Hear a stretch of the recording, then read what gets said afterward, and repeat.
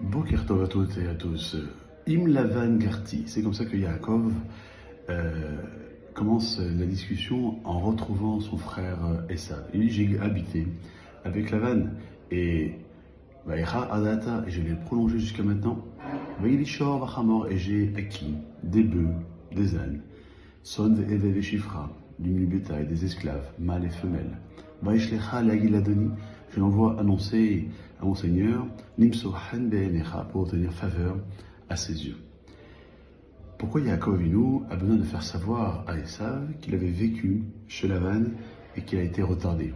Est-ce que cela va calmer la colère de Esav qui lui en veut après plus de 20 ans sur les brachot que Yaakov a pris à la place de Esav chez leur père Israël? Et voilà que on nous dévoile quelque chose d'extraordinaire qui est toujours valable pour nous. C'est que Yaakov a fait cela pour montrer à Esav qu'il n'avait pas forcément vécu que des bons moments de prospérité. Donc, il a été béni, ça ne veut pas dire que lorsqu'on est béni, qu'on est protégé contre tout, sinon on aurait la queue devant tous les grands rabbins d'aujourd'hui, d'hier et de demain. Depuis qu'ils se sont quittés, Yaakov n'a pas vécu que des bonnes choses. Lavan était reconnu de tous comme une personne perfide, mauvaise.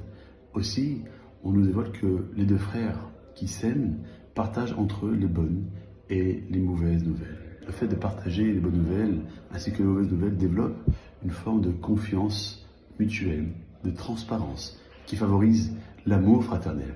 C'est là tout l'objectif de Yaakov qui nous donne cette leçon pour nous aussi, chers amis.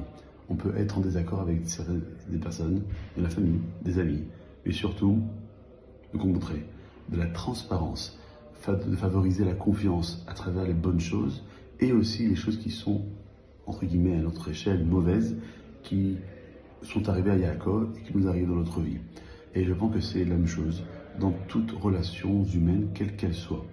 Des amis sincères, une sincérité dans la relation entre l'un et l'autre, dans un couple, dans une fratrie, dans des relations à la synagogue, dans le voisinage. Et bien, toute cette sincérité est censée partager des bonnes et des mauvaises choses. Cela crée un climat de confiance, de transparence, de émettre la vertu principale de Yaakov, et tout cela pour qu'il y ait des relations durables et sincères.